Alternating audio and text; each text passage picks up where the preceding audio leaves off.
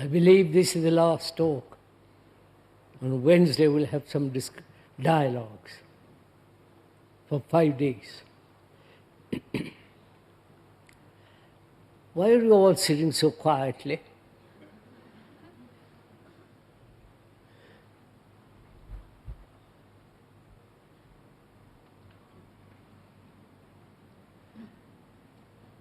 I wonder if you ever noticed our minds are very rarely very quiet.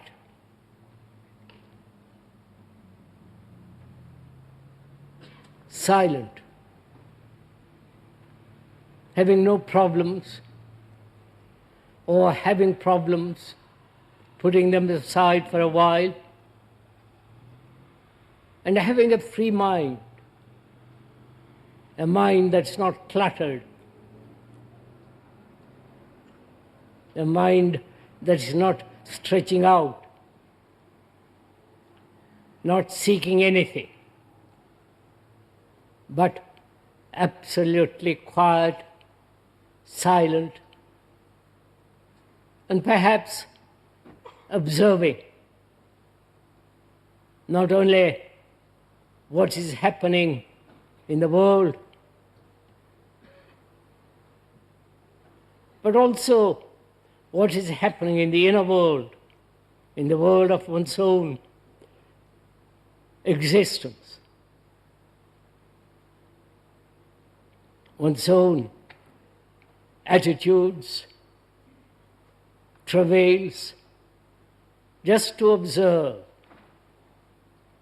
I wonder if one has ever done this kind of thing. Or we're always seeking, searching, asking, analyzing, demanding, trying to fulfill, trying to follow somebody, some ideal, and so on. Or try to establish a good relationship with another.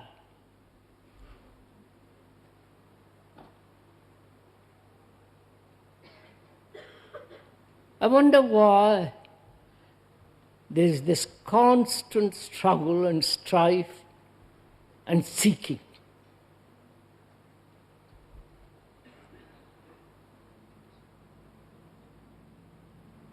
One goes to India, I don't know why, seeking something extraordinary that's going to happen when you go down to that country. Follow somebody who tells you to dance, to sing, to do whatever you want. And there are those who try to force you to meditate in a certain fashion, accept authority, do certain rituals, shout when you like, and so on. Why are we all doing this?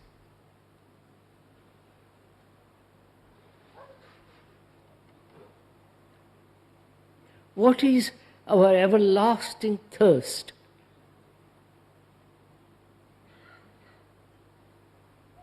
What is it that we are seeking? If we could go into that a little bit, try to find out for ourselves what it is that we are longing, searching, seeking, trying to fulfill, trying to become something. Apart from the religious beliefs and dogmas and rituals, which fairly intelligent people have put all those aside, and not going to Tibet or to Japan or try to do Zen Buddhism and all the whole business of it, but remaining quietly at one's own home, or taking a solitary walk, can one ask why there is this everlasting thirst. Could we go into that a little? Because we have talked about most things during the last 6 talks. 6 talks. We have talked about fear, thinking together. We've talked about sorrow, pleasure, and we also talked about intelligence and love and compassion. As we pointed out, without intelligence, which we carefully went into, there cannot be love or compassion. They go together. Not the intelligence of books and cunning contrivance of thought, nor the intelligence of a very clever, subtle mind, but the intelligence that perceives directly what is not true and what is false, what is dangerous, and immediately lets it go. Such a quality of mind is intelligent. And if we could go into this morning, not only into what is it that we're all seeking, longing, and also, perhaps as we go along, find out for ourselves what is the quality of a mind being all our senses, all our reactions, all our emotions and the capacity to think very clearly, all that is the mind, the essence of which is thought. And perhaps we could talk over together what is the nature of meditation. And if there is anything in life, in our daily existence, not only material activities and material possessions, money, sex, sensations, but also beyond all that, if there is something really sacred, not put together by thought,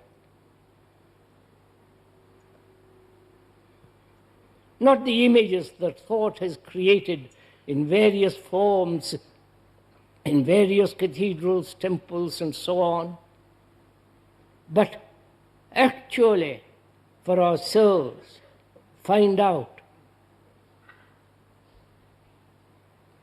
perhaps through meditation, being free of all illusion and deceit and thinking very honestly, if there is something that is really sacred, which is the movement of meditation. So first, let us inquire, if we may, think together, what is it that we are hungering after?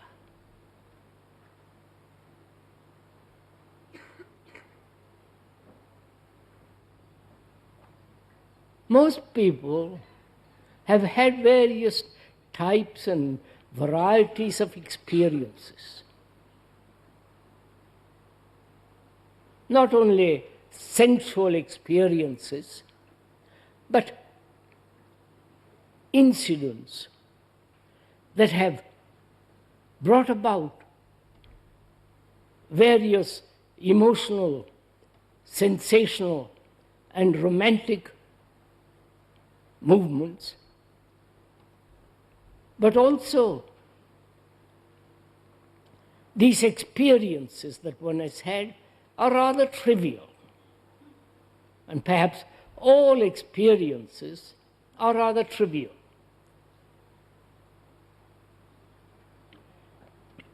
And when we begin to inquire what it is that we are all seeking, wanting, longing, is it a superficial, mere sensory, or something which desire seeks, which must obviously be rather superficial? And can we, in thinking over together, move from the superficiality to a more deeper, wider inquiry? Right? That we are, you and the speaker, are thinking out together.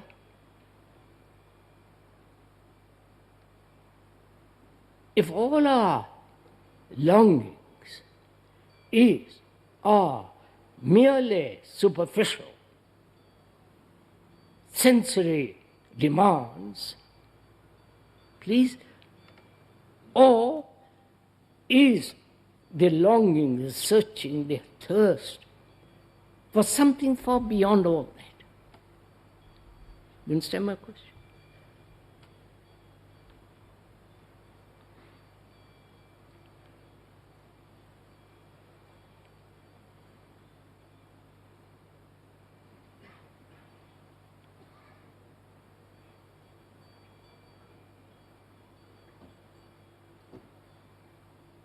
How do you inquire into this?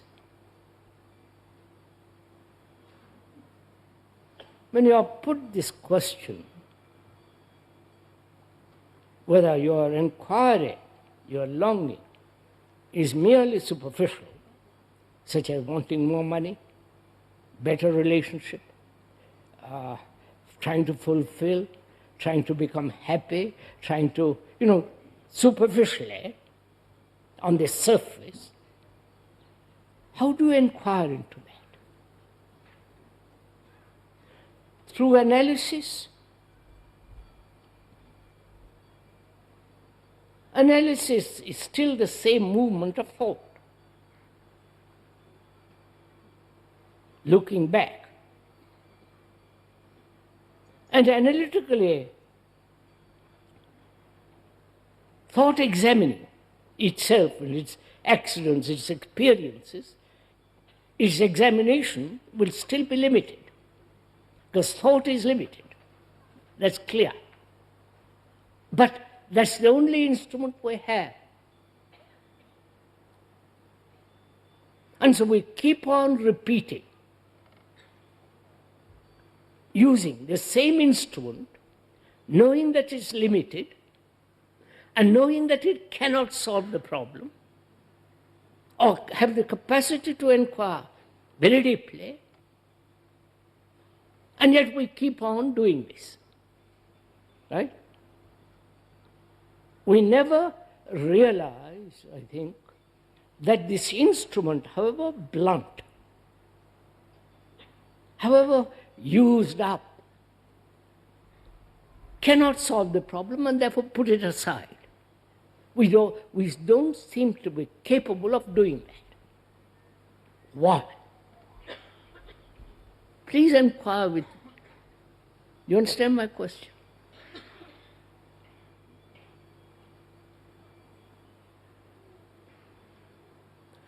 Thought has created the technological world. Right? Thought has created all the divisions in the world. Thought has created not only national divisions, but religious divisions. ideological divisions, every form of divisions between two people. However much they may think they love each other, there is still this division. And thought is responsible for that, which is obvious. Would we accept that?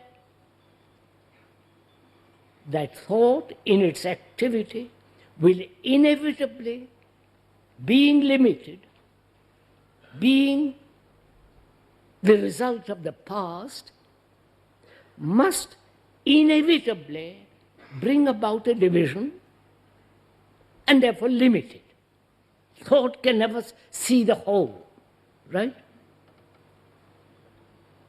Now, can we ask, is such activity superficial? Or can thought, with its limitation, inquire more deeply? You follow what I'm saying? We understood each other? Can we go on? Please, it's not verbal explanation. It's not that verbally we are clear, but rather together find out for ourselves what is the root of this hunger, great desire to search, to find, this constant movement out and in. This is obvious, right?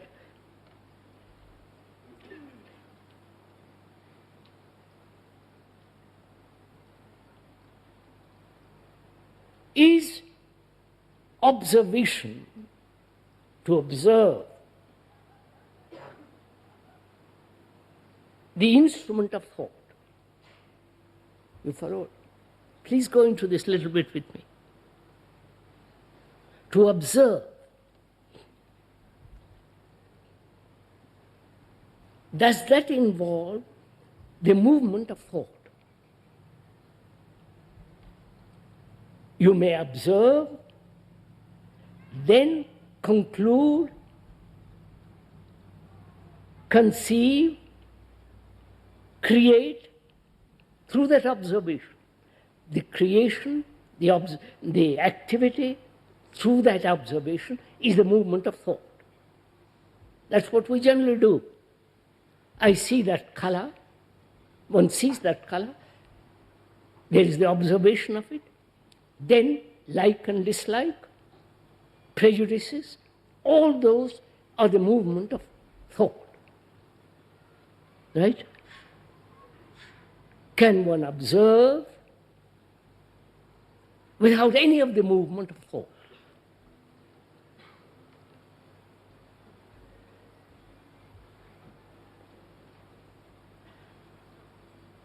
Does that require a kind of discipline?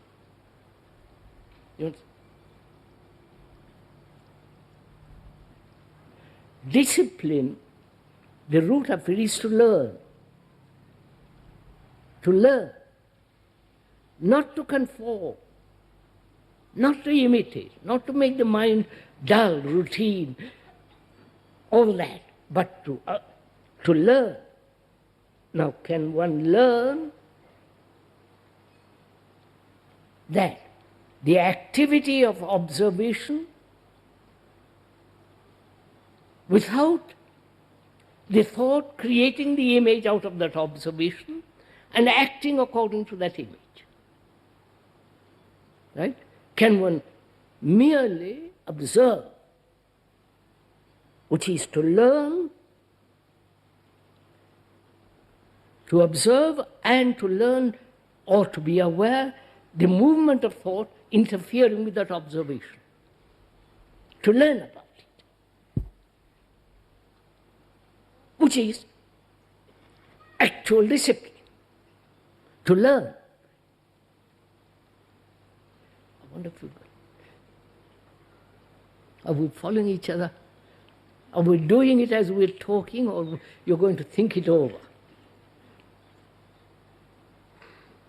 Please, we're all doing it together, thinking it out together. So, we are saying, when there is observation into, say, our longing, our thirst for something, can you observe without any motive? Motive being the past, which may be the desire, the conclusion of thought, without the past not interfering with the actual observation. Can we do that? That's to learn. This whole movement, the observation, the interference of thought, and what the result and the effect of all this movement, just to observe.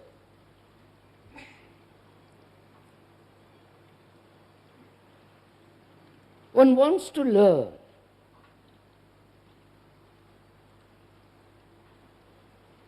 Learning is the accumulation of knowledge, generally, right? School, college, university, or learning about about relationship, and so on, learning. Having accumulated knowledge, then act, right? The purpose of learning is to accumulate knowledge, and from that act skillfully or unskillfully, depending. Or you act and then learn, which is from action accumulate knowledge. You understood? You are following all this? So our action is always based on the accumulation of knowledge. Right? Acting and learning from acting and accumulating. Accumulating knowledge and acting. Right? So our actions are always based upon the past, or the past projecting the future and acting according to the future. It is the same movement, modified, but it's still the same movement, right? I wonder if you're following all this. You're doing it, sirs?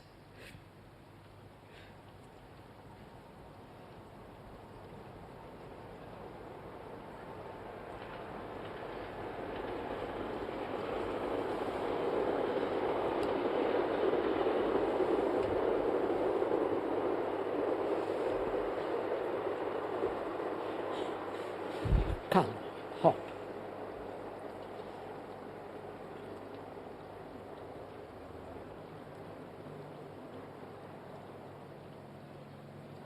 We are pointing out something entirely different. Understand? Accumulating knowledge and then acting. Accumulating knowledge and projecting from that knowledge the future and acting from the future. So our actions are invariably the result of the past or the future. That is the action based on time. Yesterday, today, and tomorrow. Yesterday, meeting the present, which is today, modifying itself and proceeding. Right? Our action is based on that. So our actions are always incomplete, obviously. Because in that there are regrets,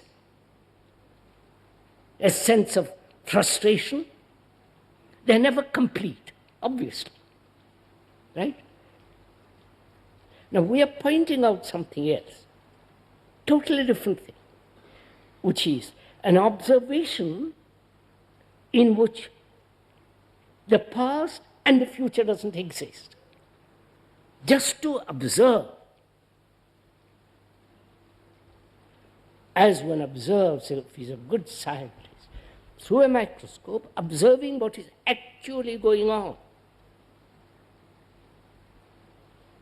Right? Well, when he observes what is actually going on, the thing that which he is observing undergoes a change, undergoes a movement. Right?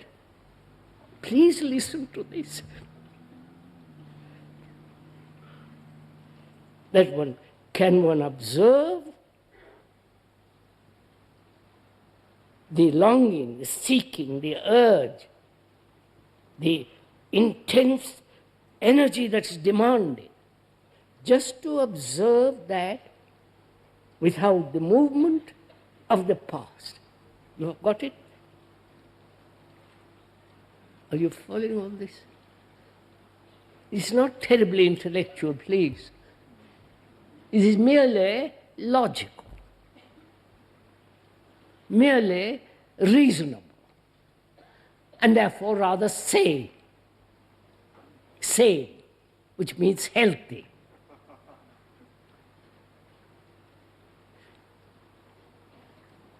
So can one do that?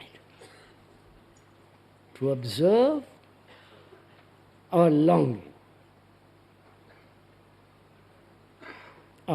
what it is we want out of life.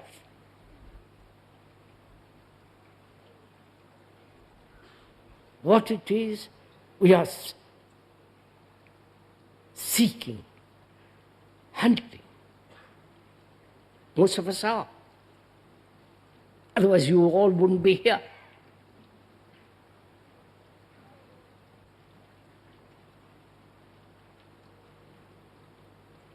That is, please go into a little more. You read books, philosophy, psychology, doctorate in this and that, or so-called religious books.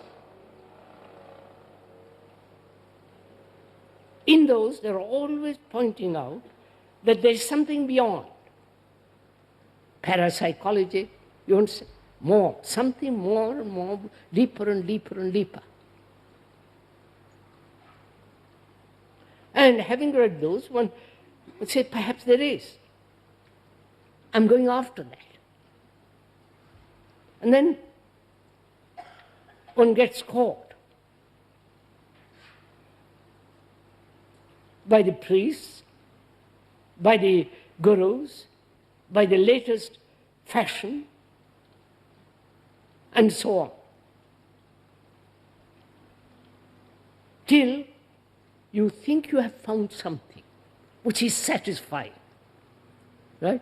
Which gives you, say, I'm perfectly happy, I don't have sick anymore.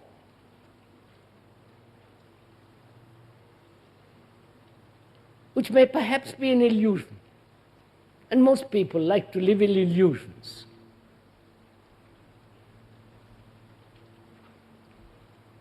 And all your search and your demands, your hunger, has not solved or brought about a good society. You understand? A good society. A society that's based on peace. There is no violence.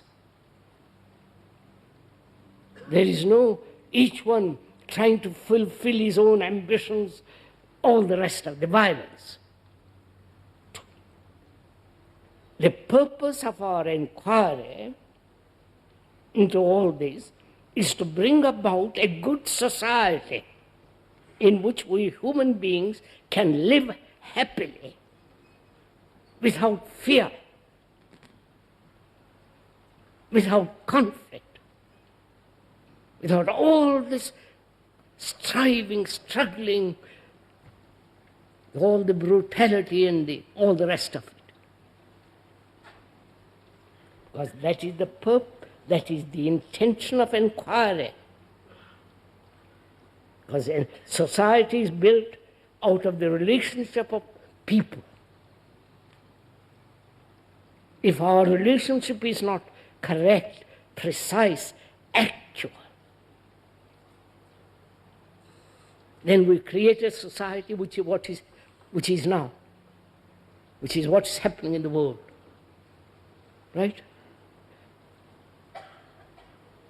So our inquiry into this, which is why human beings separately, you are seeking something, another is seeking something totally different. Each one is asking something different. Right? And therefore there is always this self-centered movement. And the society which we have created is based on these self-centered problems, self-centered ambitions, fulfillment, and the self-centered discipline which says, I must, which brings about violence. We are inquiring into all that which we have, and also we are inquiring into a mind, your mind, mind. You understand? When we use the word mind, it's not your mind or my mind, mind. Because your mind is like the mind of thousands and millions of people. Right? Striving, struggling, demanding, following, accepting, obeying, idealizing, belonging to some religion, sorrow, pain, anxiety is what your mind is that, and the other minds are like that. Right? So, your mind is not yours. It's the mind. I don't know if you see this. You may not see this because your vanity, your sense of individual importance may prevent this observation which is actual. Right? I wonder if you'll see this.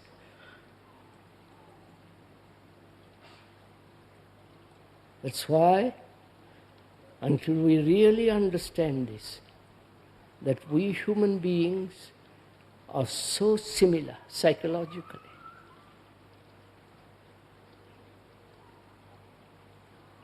We human beings, right throughout the world, are so unhappy. They all pray, but prayer doesn't answer this problem.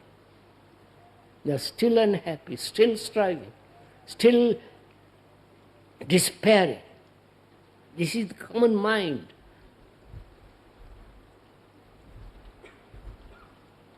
And so when we are inquiring into the human being, not me and you. We are human beings. I wonder if you see. And in inquiring into that, can one observe the outward world, the divisions and all the rest of it, the terror, the danger, the politicians with their criminalities,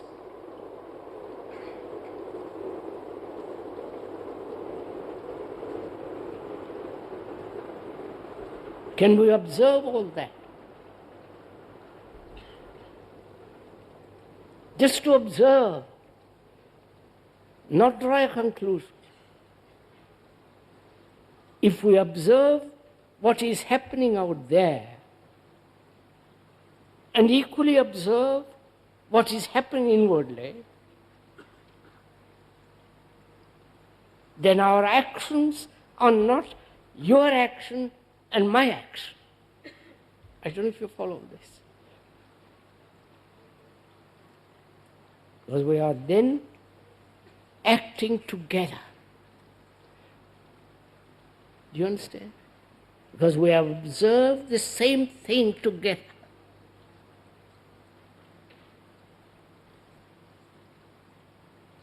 Now we're asking what it is that we are seeking. Do you understand? If you ask yourself, what is it you're seeking? Is it money? Is it security? Is it to be free from fear so that you can have everlasting pleasure?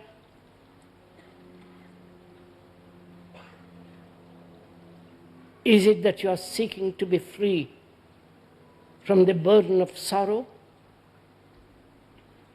Not only your burden, but the world's burden of sorrow.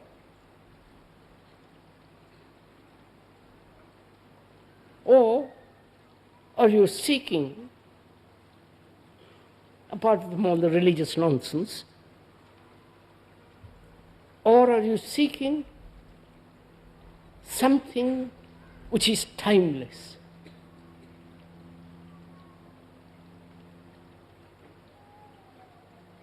Something that thought has not touched at all. You understand?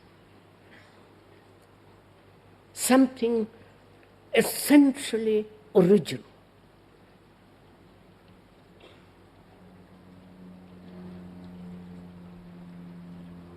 Something that is absolutely incorruptible. So find out for yourself as a human being, like the rest of the other human beings in the world, what is it one is longing, seeking, hungering after?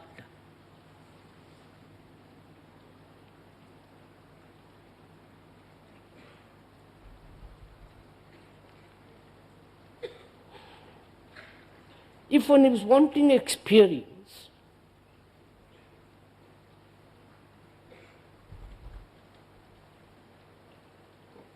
because one has had sensory experiences, sexual experiences, the experiences of various kinds, and when he said, that's enough, I've had all those, but I want some other kind. You follow? Some more. Is that what you're seeking? Some experience which will give you great delight, great understanding, an illumination, a transformation.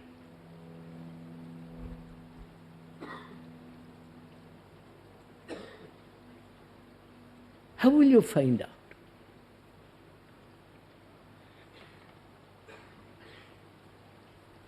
First of all, to find out,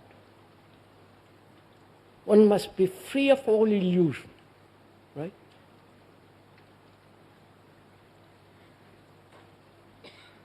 Which means terrible honesty, so that your mind doesn't deceive itself, right?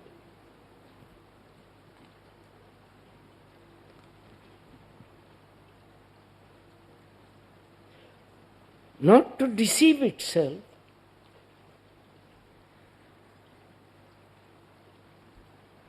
one must understand the whole nature of desire. Right? Because it is desire that creates illusion. Through desire, one wants fulfillment. One hopes for something more. So, unless you comprehend the whole nature and structure of desire, it will inevitably create illusion. And we went into the question of desire. So can your mind, having understood the activity of desire, know its relative value, and therefore be free to observe, which means to observe without any kind of illusion.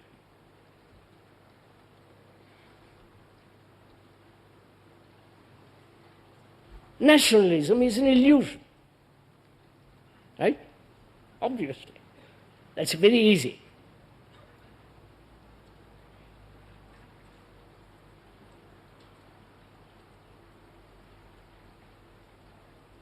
The illusions that thought has created,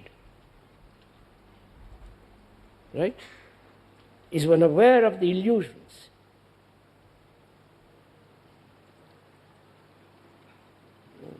Come on, sirs. And when the mind is free of illusions, and so being absolutely without any hypocrisy, being clear, honest,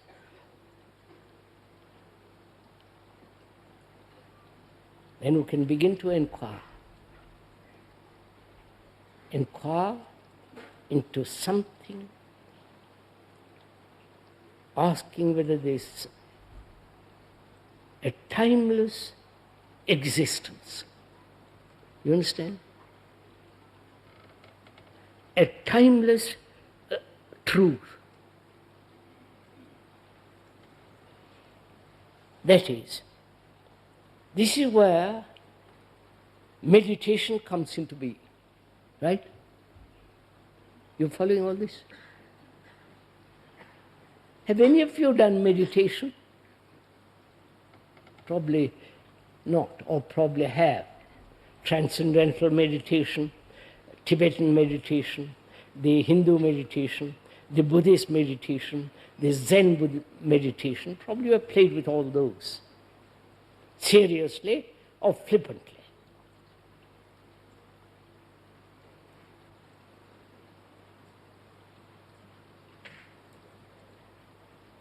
All those, as far as one can understand, and speaker has discussed this question with all the scholars of all the various circuses, and their whole concept is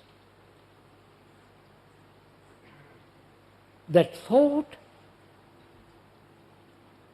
must be controlled.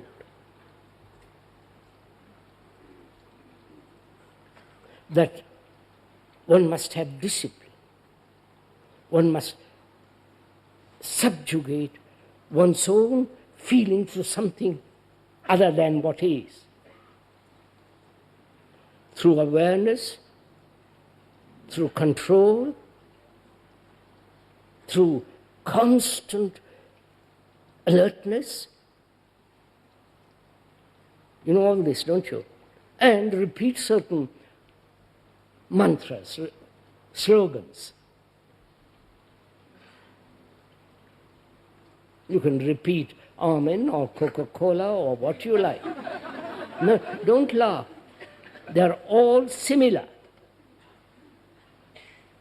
So what we are saying is, meditation has been accepted to be all this.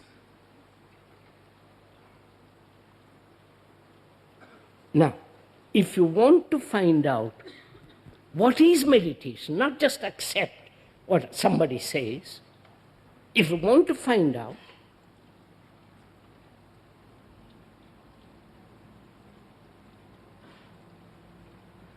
certain obvious things are necessary.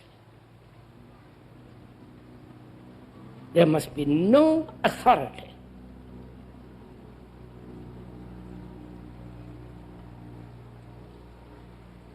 Because then you depend on that. Right? Obviously. Therefore, you are struggling. You are imitating, conforming.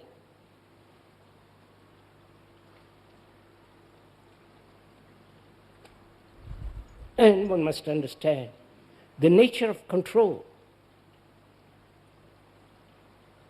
Who is the controller? You understand? You understand this? I wonder if you understand all this. No?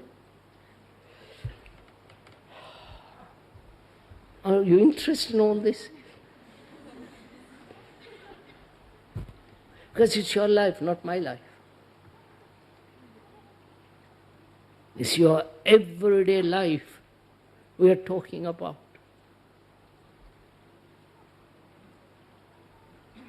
What is involved in it? Whether one can be free of all this chaos, confusion and misery. And this is the inquiry. You are inquiring, not me inquiring, you accepting. We are together inquiring, we are together taking the journey.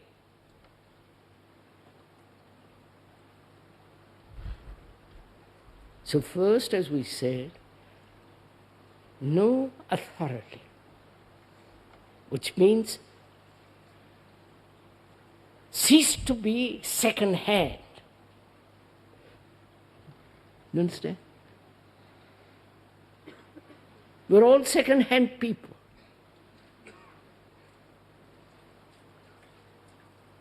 Because second-hand being tradition.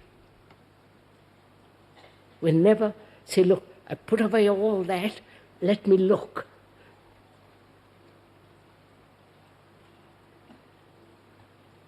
The next question is control.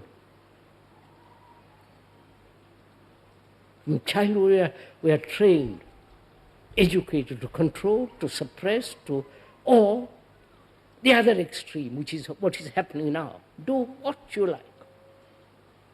Do your thing.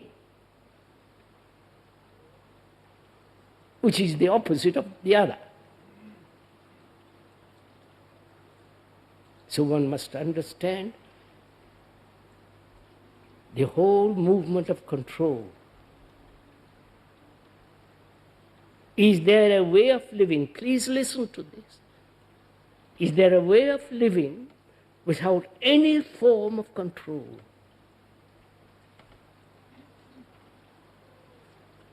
Which doesn't mean doing what you like. Either permissiveness or the other, indulgence. Is there a way of living? Please inquire this. Perhaps this is something new to you, in which not a shadow of control. So to find that out, one has to ask, who is the controller? Right?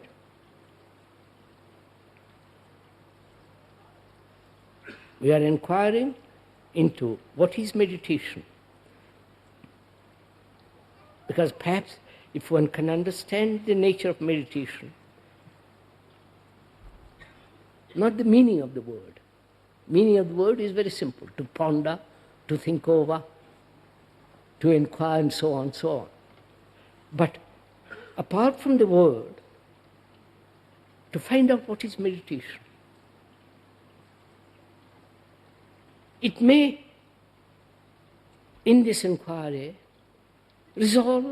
bring about a life which is extraordinarily sane, extraordinarily rational, and may be able to find out something that is nameless, timeless. We are leading to that.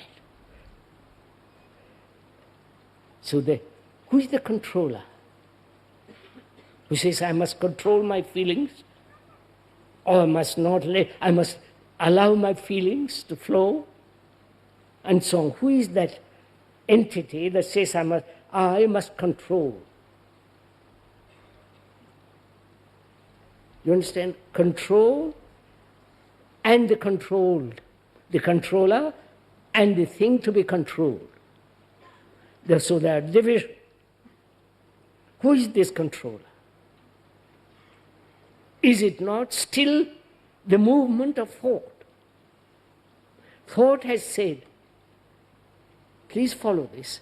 Thought has said, I have experienced this, I have learned this, I must, all the rest of it, which is the past. So the past is the controller, right?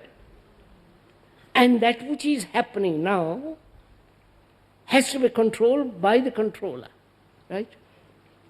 You understand? Are you following all this? Or are you just going to sleep?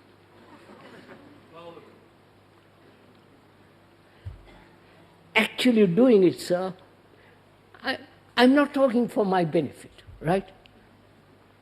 I've talked for 52 years, basta for me. I'm not interested in talking. But I'm interested to find out if you can also discover the same thing. So that your own life will be totally different, transformed, so that you have no problems, no complexities, no strife, longings, all the rest of it. That's the reason the speaker is talking. Not for his own gratification, not for his own enjoyment, not for his own fulfillment, all that nonsense.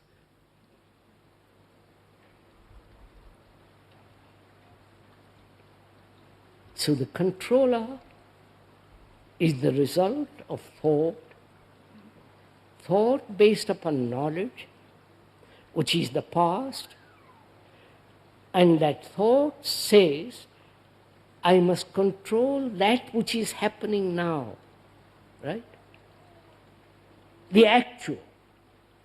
The actual is being, say for example, envy or jealousy, which you all know. And thought says, I must control, I must analyze, I must suppress it or fulfill it. So there is a division, right? The division created by thought. So, in this there is deception, right? The deception lies in the idea the controller is different from that which is to be controlled. Both are created by thought, right? So the controller is the controlled. I wonder if you see this, right? So that there is no, if you really understand this, go into this very seriously for yourself, you will see that controller is unnecessary. Only observation is necessary. You understand? When you observe, there is no controller. Or the control, just observing. Observing your envy, say for example, envy, observe it.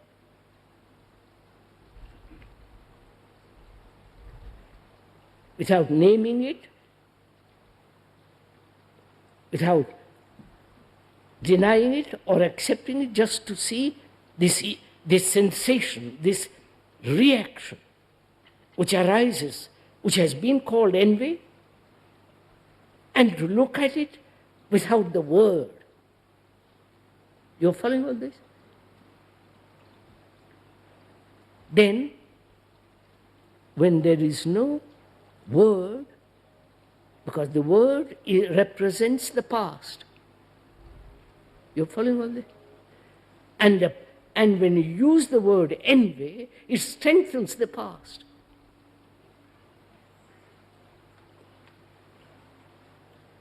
Right? Right? So there is a possibility of living without any sense of control. I am saying this not after theory, but actually the speaker The speaker says what he has done, not what he invents. That there is a life without any sense of control, and therefore no sense of conflict, no sense of division. That can only come into being when there is only pure observation. Got it? Do it and you will see. Do it. Test it out.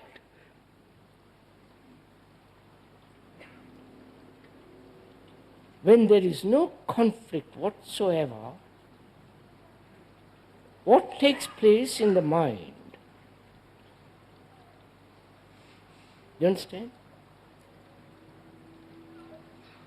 Conflict implies movement, right?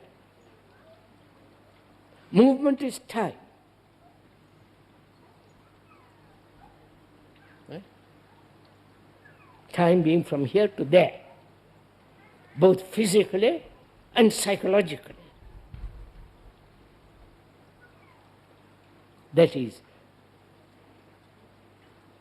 the movement from the center to another center, or the movement from the periphery to another. You follow?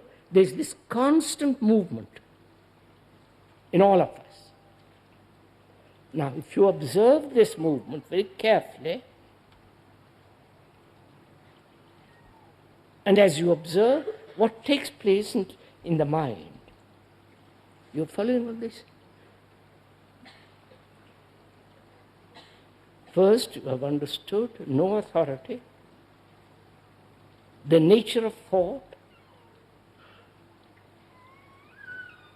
being limited, and knowledge, which is stored up in the brain as memory, and that memory acting as thought in action. So knowledge is always part of ignorance. Right? We went into that. So what takes place in the mind?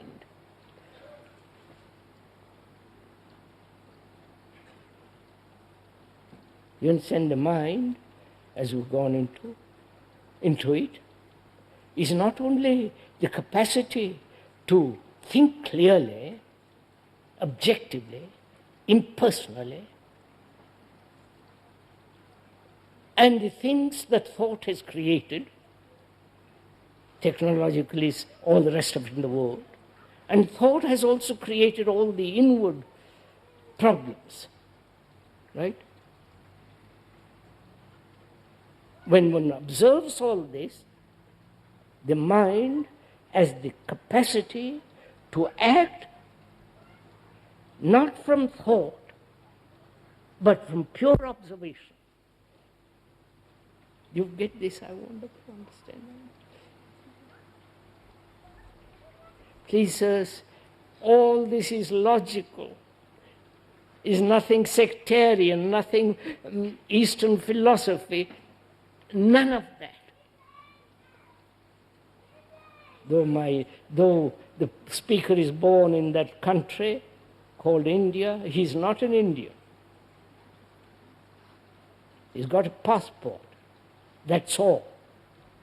So he's not involved in exotic, romantic nonsense or some strange philosophy. We are only examining what is actually taking place. And to observe what is actually taking place, one must look without the response of the past shaping it.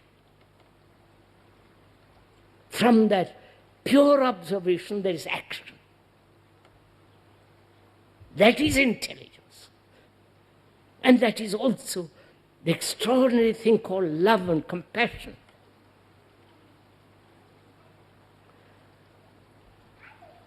So the mind has this quality of intelligence And naturally with that intelligence goes compassion, love. Love is not mere sex. For God's sake, brush all that. Love is something other than mere sensation. Totally unrelated to our demands and fulfillments and all the rest of it. So the mind now has this quality, this stability.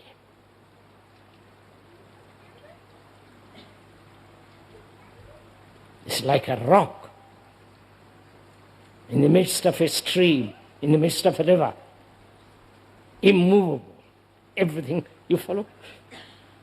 So such a mind,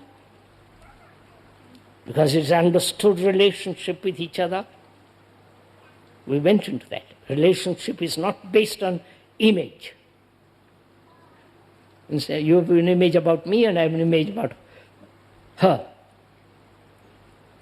And our relationship is that, from image to image. You know all this, don't you? And therefore there is no actual relationship.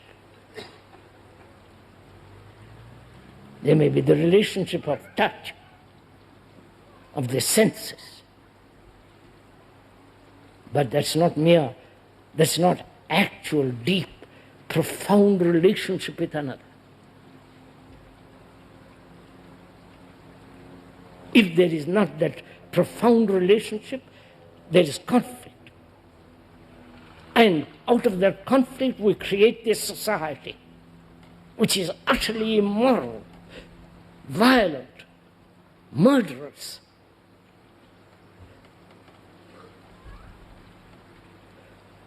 So the mind is now, has this quality of great stability. And that which is stable is silent. Right? Are you following all this? Have you gone into, you understand, to be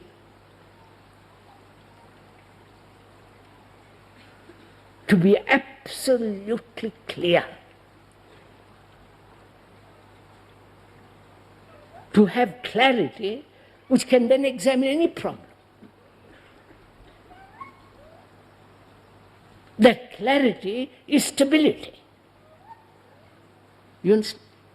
It's only the mind that's confused, contradictory, broken up, that's unstable, neurotic, seeking, striving, struggling.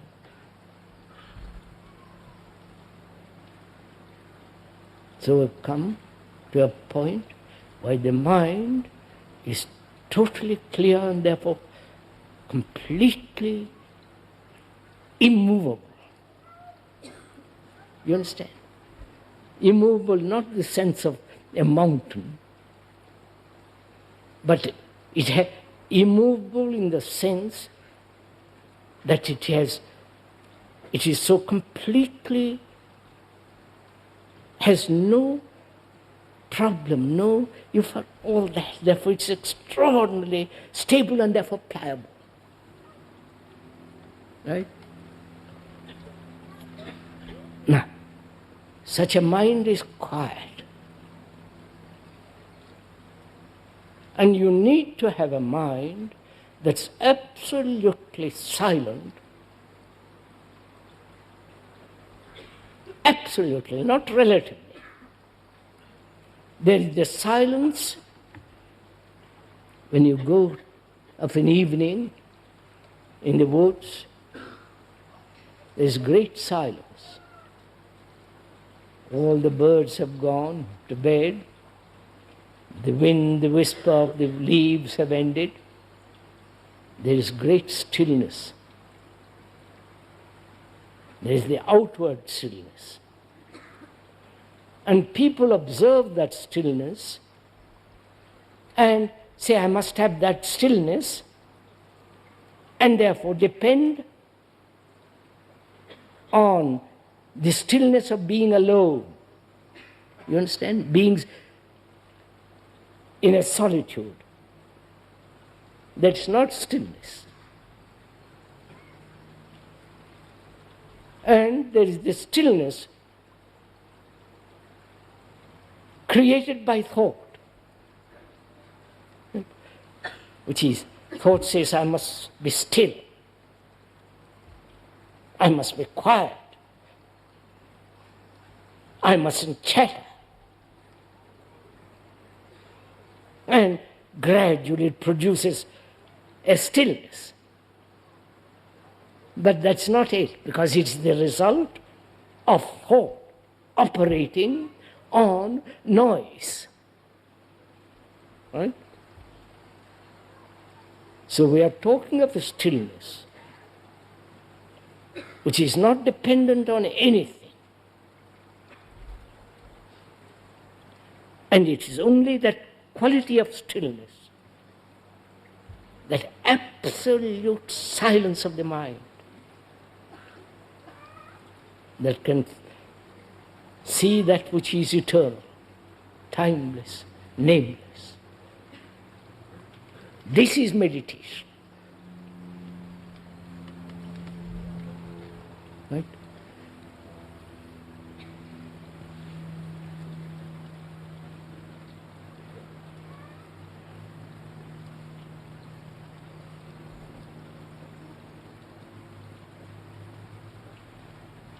It's finished.